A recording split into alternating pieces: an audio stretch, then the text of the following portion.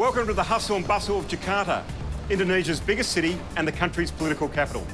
I'm Tim Harcourt, the Airport Economist, and I'm going to show you how to do business in Southeast Asia's largest economy. Indonesia is emerging as a major global player. We'll look at how to start selling to this young, rapidly urbanising population and set up a local presence. Come with me as we find out why modern Indonesia needs to be on your company radar. Coming up, we'll find out how you can get started in Indonesia, get tips from Jakarta's business gurus on selecting and working with local partners, and chat with a couple very different businesses that are profiting from this emerging global force.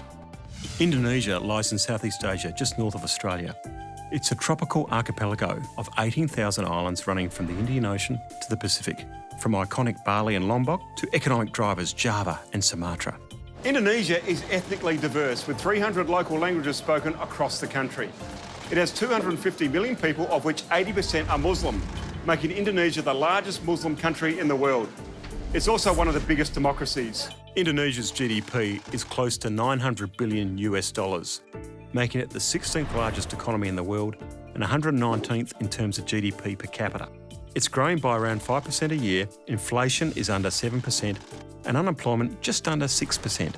Indonesia is a member of the G20 and its top trading partners are China, Japan and Singapore. The country is a major exporter of natural resources like crude oil, natural gas and coal.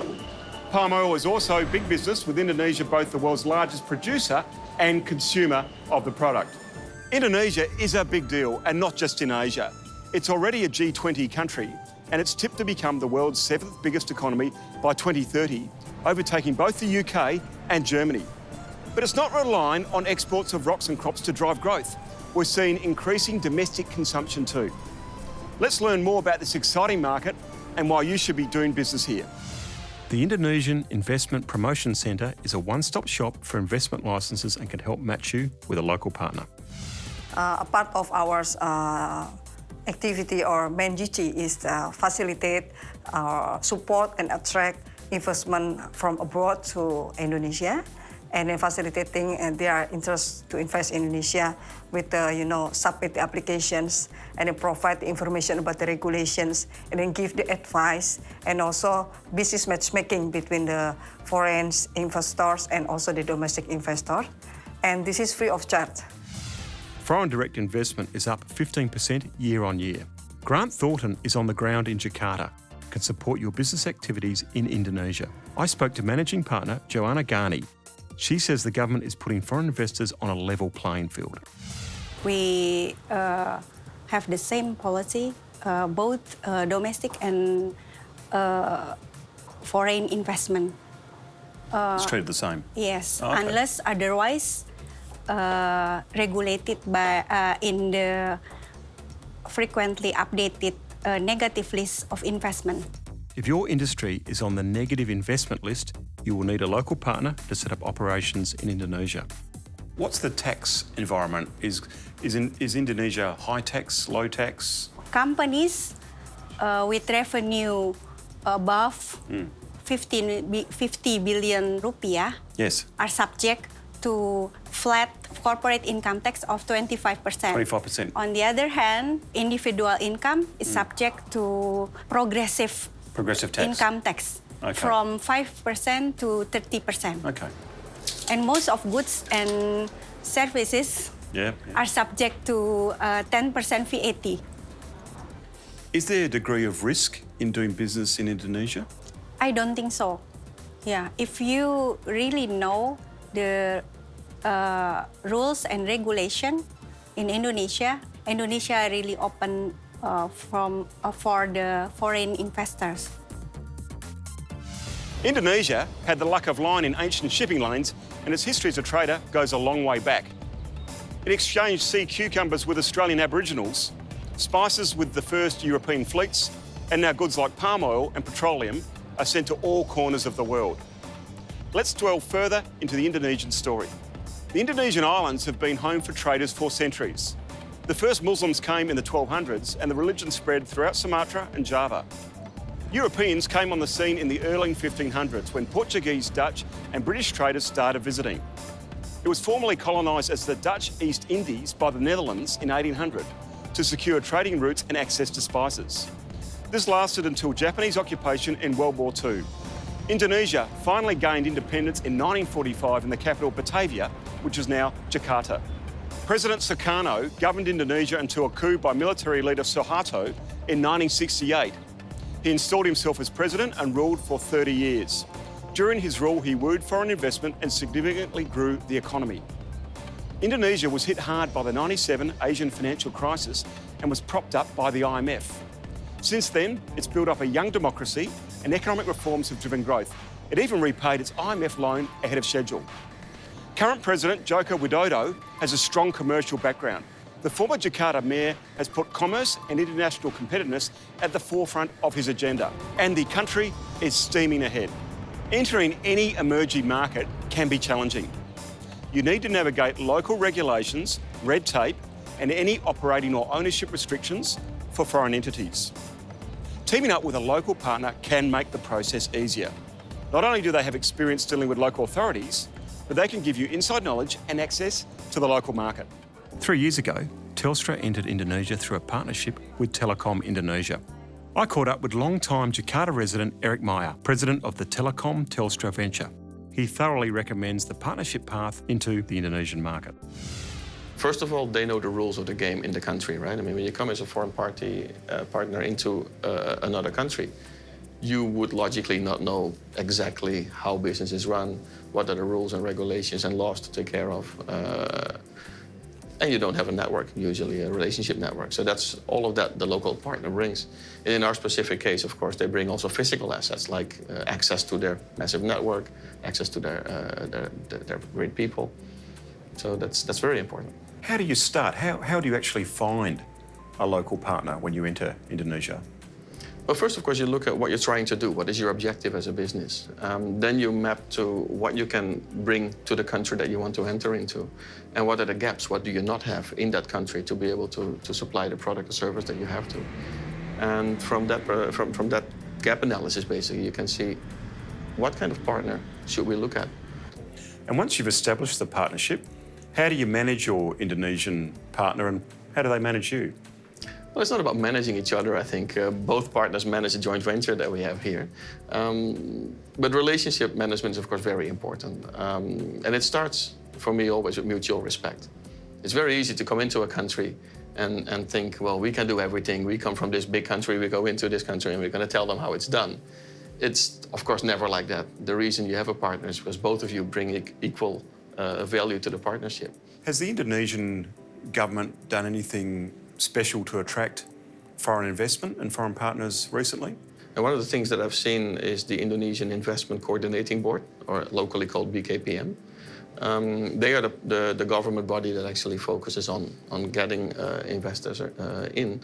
But they've now also added not just trying to attract them, but also supporting them while they're coming in or thinking to come in. And we in Telekom Telstra have actually used that recently. They have set up a help desk where they provide services to get, I think, about 9 business licenses. So all you need to do as a foreign investor, you come in with your business plan, you come in with your passport and your certificate of establishment from your original country. And they'll give you your business license, your tax numbers, your work permit, the whole thing, which is amazing. What tips would you give an SME doing business in Indonesia? Research is always important to do. Get into the community, get to know what people are looking for and how they're different from the people in your own country. Secondly, of course, to always be mindful of local regulations, but also local customs. It's easy to actually offend people if you don't know the customs and the lay of the land, I guess, in the market. And again, that's where partnerships would come in, or getting friendly companies to help you, friendly people to help you out. And I think it's important to always realize that what Indonesia would be looking for from any foreign partner is added value. So where can you, as an SME or as any company, add value, not just for yourself, but also for Indonesia and society at large? Working with a local partner has many benefits, but like any relationship, it needs to be nurtured. Throw in 2 different cultural and business backgrounds and there's bound to be challenges. Australian health supplements manufacturer Blackmores and Indonesian pharmaceutical company Cowbay have formed a successful partnership to distribute Blackmores products throughout Indonesia. Let's find out how they make their relationship work. We keep it informal and personal. So I guess we communicate every day. No matter where we are, we're either Skyping or WhatsApping. We respectfully disagree routinely, but the way that we work through that is pretty good. Are there any cultural differences that you feel you've had to manage? The most important thing if we have a partnership is the number one, we should trust each other. And based on trust each other, we should have respect each other. And the other thing is also that we should transparent, open each other. That's the most important things. What are some of the benefits of entering Indonesia through the partnership model? The three big examples are probably this. Number one, they understand how the retailer relationships are. You know what I mean? Like what does a good deal look like? How do you get the best possible deal with your retailers? Because that's actually where you win or lose. They understand, the marketing, So, for example, if we were going it alone, we'd be, talking to agencies or whatever, but, they have their own social media team. They know how to get to the consumer. They know what's hot, what's not. They've got their own data. And also, as I said, as we're setting up this company, we are very lucky to be hanging off their infrastructure. Whether it's the IT licenses, we've been using their offices and their Wi-Fi the whole time until we build up their offices, and it's every part of that. And what were you looking for in a business partner in Blackwells? Mostly that we are looking for the innovation and for the R&D, and we are strong in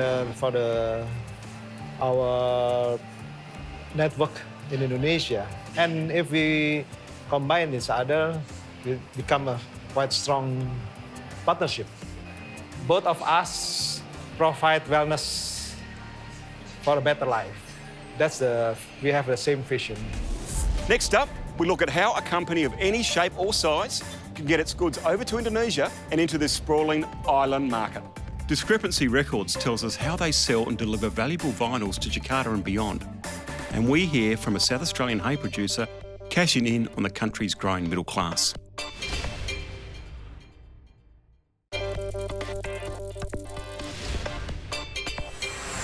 E-commerce is exploding in Indonesia, and it follows closely behind China and India as an online shopping hotspot. The adoption of technology is making it easier for foreign companies to now reach geographically fragmented markets without investing in bricks and mortar stores. I spoke to Australia Post to find out how you can get your product here and why exporters need to put Indonesia on their agenda. What makes it attractive to start to look at is that growing middle class, the proximity to us in terms of getting our product to them, and just the sheer size of the population.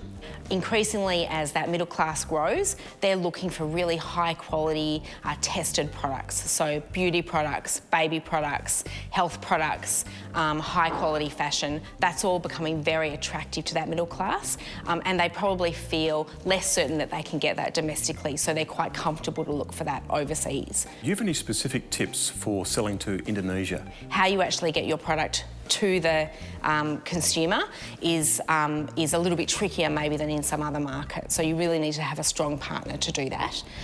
The way that Indonesians would pay for your services, so that low penetration of online payment at the moment, would mean you might need to look at some sort of partnership to help you with a cash on delivery type transaction for those things. So a bit of research around Indonesia and a little strategy around overcoming some of those barriers will really help people in starting to sell their product overseas.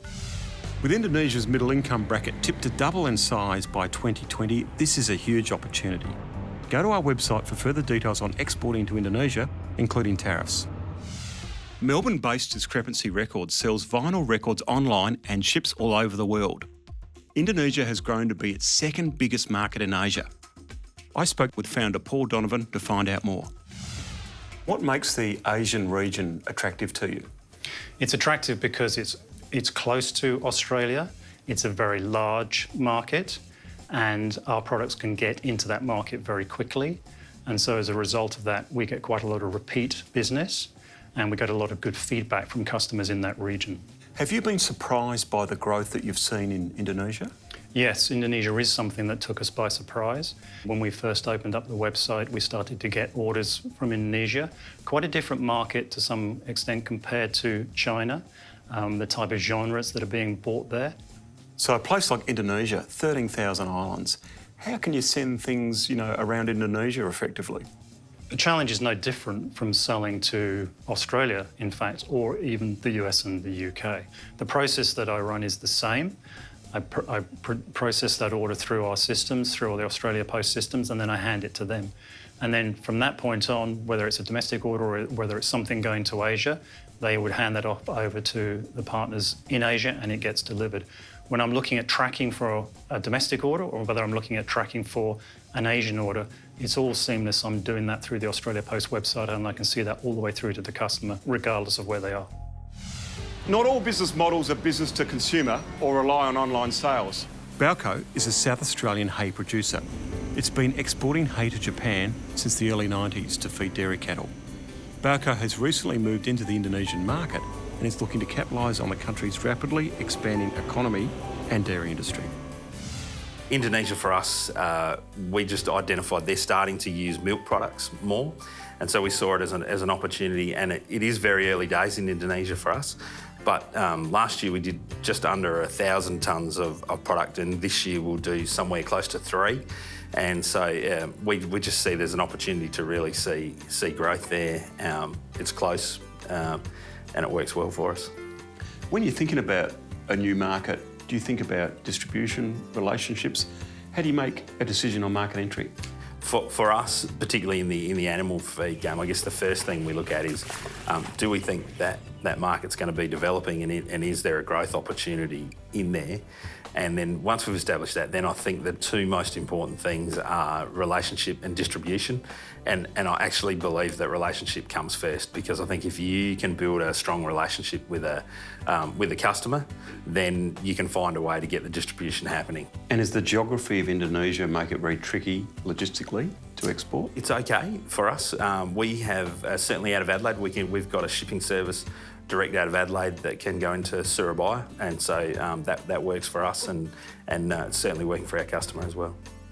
And if you were going to give advice to another business about Indonesia, what would be the 3 tips you'd give? Be sensitive, be culturally sensitive, understand that they will take time to make some decisions. That's one of the things we seem to have learned as well. There seems to be a couple of levels of process that have to go through for a decision to be made, and so we need to allow that to happen. And the other one is, right at this stage, for us anyway, from an agriculture point of view, it's a very price-sensitive market, so it's got to be you've got to be understanding the market you're selling into and what constraints they have with that.